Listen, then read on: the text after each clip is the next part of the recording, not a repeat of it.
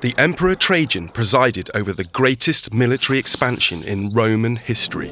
When he died in AD 117, his successor Hadrian was left with the daunting task of defending the empire. Special attention needed to be paid to the northernmost frontier in Britannia, where there was resistance from the barbarian natives.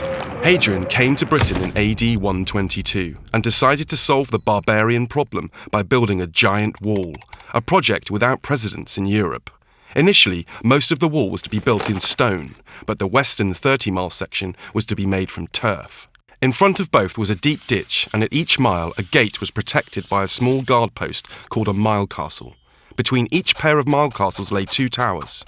The stone wall was to be 15 Roman feet high and 10 Roman feet wide. The building of Hadrian's Wall was a complicated process that involved the entire Roman army of Britain, approximately 15,000 men.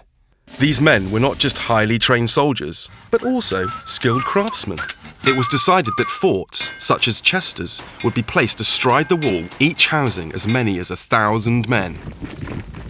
The designers had to contend with fierce torrents of fast rivers, hard rock, and mile upon mile of rolling hills. Hadrian's Wall defined the edge of the empire in Britannia and gave the Romans control over customs, immigration, and smuggling. From the point of view of the barbarians north of the wall, it must have seemed like an almost superhuman accomplishment and a daunting symbol of Rome's imperial might.